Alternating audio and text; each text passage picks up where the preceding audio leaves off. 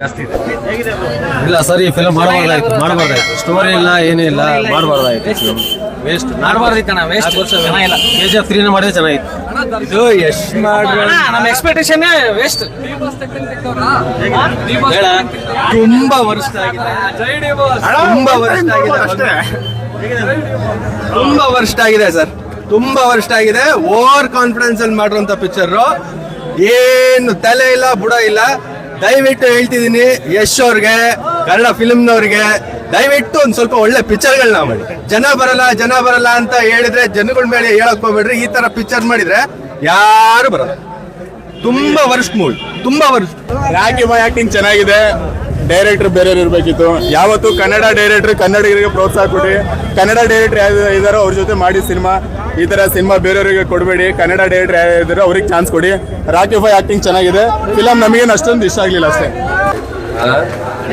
Boring ಚೆನ್ನಾಗಿದೆ. First half ಸ್ವಲ್ಪ bore ಅನ್ಸುತ್ತೆ. ಸೆಕೆಂಡ್ ಹಾಫಲ್ಲಿ ಚೆನ್ನಾಗಿದೆ. ಸೆಕೆಂಡ್ ಹಾಫ್ ನೋಡ್ಬೋದು. ಫ್ಯಾಮಿಲಿ ನೋಡ್ಲಿಕ್ಕೆ ಸ್ವಲ್ಪ ಕಷ್ಟ ಆಗುತ್ತೆ. ಬೆಂಕಿ ತುಕ್ಕಡೆ ಗಜ್ಮ. ಸೆಕ್ಸಿ ಬಾಯ್ ಅಣ್ಣ ಹೇಳಲ್ಲ, ಹೋಗಿ ನೋಡಿ. 4 ವರ್ಷದಿಂದ ಕಾಯಿಸ್ಬಿಟ್ಟು ಸರಿಯಾಗಿ ಹಾಕ್ಬಿಟ್ಟಿದ್ದಾನೆ. ಫಿಲಮ್ ಫಸ್ಟ್ ಹಾಫ್ ಬಿಟ್ರೆ ಸೆಕೆಂಡ್ ಹಾಫ್ ನೋಡಕ್ಕೆ ಆಗಲ್ಲ.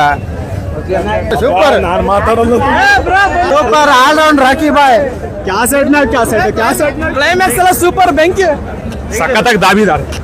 ಗೊತ್ತು ಗುರು, ಹೋಗಿ ಸೋಳ ಮಕ್ಕಳಿಗೆ ಹೇಳು. ಇದೊಂಥರ extraordinary, fabulous, fantastic. Yash waste ಅಣ್ಣ. ಸ್ಟೋರಿ ಸ್ವಲ್ಪ ದಮ್ ಕಡಿಮೆ ಇದೆ, ಆದ್ರೆ ಸಿನಿಮಾಟೋಗ್ರಫಿ ಸೂಪರ್ ಇದೆ. ಚೆನ್ನಾಗಿಲ್ಲ.